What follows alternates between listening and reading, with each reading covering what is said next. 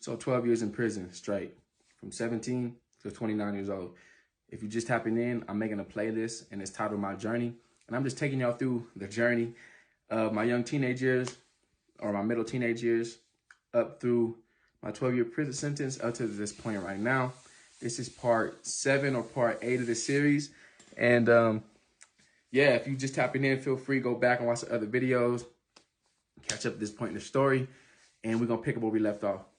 So where we left off is I had just been transferred to adults. I wake up after my first night in adults in GP. I got at the hole, and my cellie would have been fighting. There was tension, and, you know, I'm just kind of like taking everything in and seeing this a lot different from being in minors.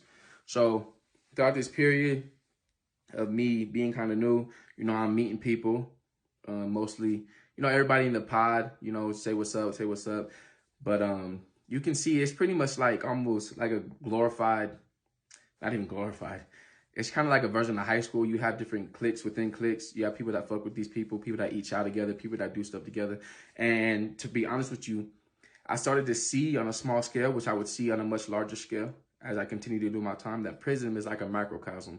Like, you have different sections of people. Like, what you find in the world, you can find on a smaller scale, for the most part, within prison. You have people that just want to follow the rules and do their time. Them is like civilians. You have people that are actively politicking. You have people that just want to hustle. You have people that, you know, be in there making music. You have people that be in there just, you know, there's different types of hustle. Like, maybe they might do something that maybe they ain't supposed to be doing. Maybe they might cook. Maybe they might make stuff. You know what I mean? Like, maybe they might write poems for people to send home. But like, there's all these different personalities and everything in prison. So I just started looking around and being aware.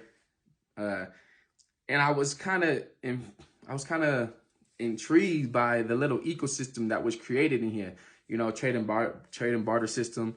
And everything was like, it was like more structured than I thought. I thought it would be complete chaos, and it wasn't. And at the same time, there were some things that kind of was like, whoa, like, you know, I told y'all I was like kind of looking around at like the tattoos people had and stuff like that. But around this time, my co-defendant had pulled up to the same pod as me, the one from minors. So I was happy about that. Me and him be out chilling, talking every day. And but one thing that stuck out to me during this point in my time, you know, I'm still new. I only been locked up about 5 months at this point. And I don't know if y'all ever noticed, but I'm pretty sure, you know, everybody sees fights when they're kids. Like, I mean, most people. But you know, when you see a fight, you know what you don't notice? You don't notice that there's always noise surrounding the fight. You know, it's in the schoolyard or whatever. You hear people yelling. Sometimes there's music playing from a car. There's just a lot going on. And that's not the case sometimes when you're locked up. And so I remember hearing like somebody getting beat, but there's no background noise. Like, for some reason, I don't know, like, people get quiet. Like, when someone says bitch, the whole pot will get quiet. And we watch because we know it has to come next.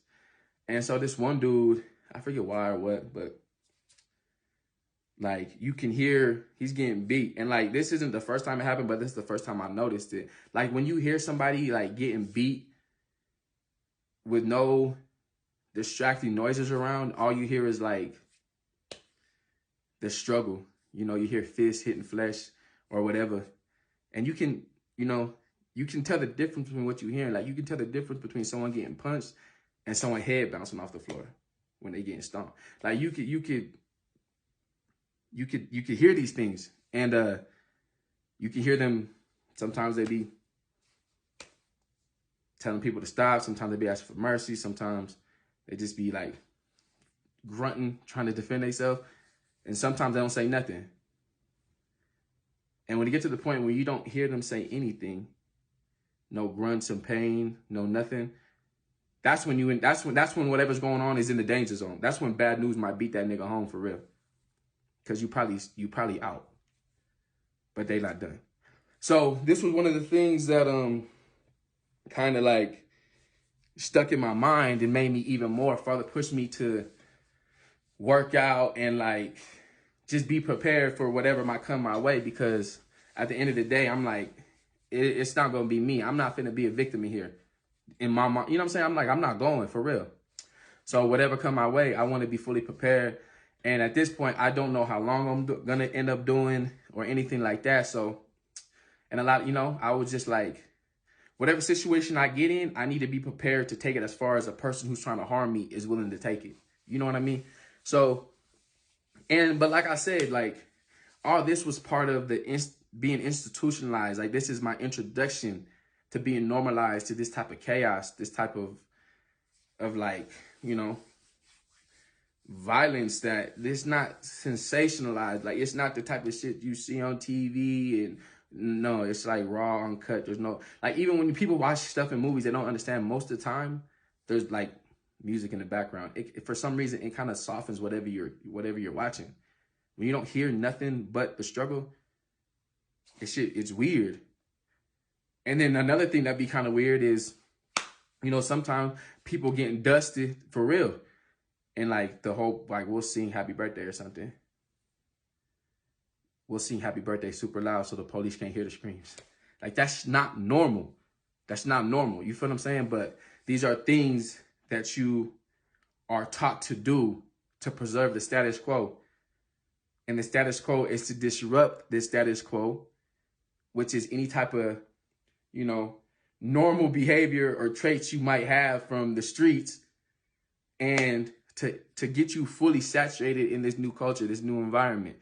And so, you know, I'm going through all this and I'm meeting older people in there, and some of them are clowns, some of them are trying to give me game.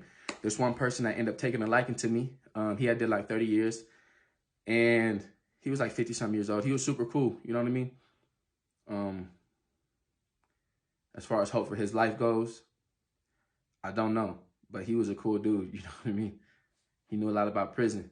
And so I used to go and I used to talk to him because, you know, I'm inquisitive. I'm always trying to learn. I'm always trying to, and if I'm going to be doing something, I'm not going to be at the bottom of whatever I'm doing. And at this point, I was going to be doing time. And I clearly seen that there was a hierarchy in there. There's a hierarchy in there. People get treated accordingly.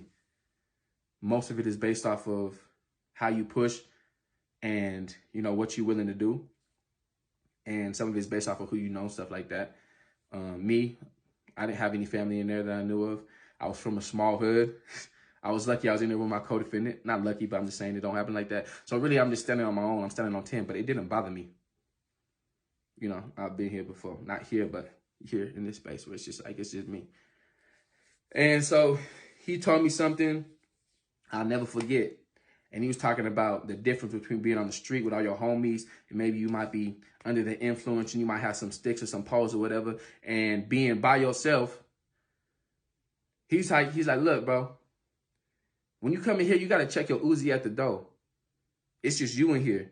You might learn to work with what you got in here, but ain't no Uzi. You want to get somebody, you got to get up on them, first of all. And he's like, second of all, with nobody in here made in a laboratory. And I'm kind of like, what? What? You know what I'm saying? But he broke it down. He's like, well, nobody in here made in a laboratory. Everybody in here came from them streets. Same streets you was running. He's like, don't have no fear in your heart for nobody. Everybody bleed. And I was already like, well, you know, I already had my mask on. Like, I'm not showing no fear anyway. But I just kind of was like, all right, we finna just double down. We finna just double down. And so time will progress. Time was going on and stuff like that. I'm still working out. Not really reading much, anything educational. Barely going, you know, I'm going to court every so often. And, yeah, that's how pretty much it went until, so I ended up getting into my first fight in adults with this Mexican dude. He's big, liked to work out a lot, thought he was hard. I mean, I guess he thought he was going to pump me because I was small and 18. I ain't going for it.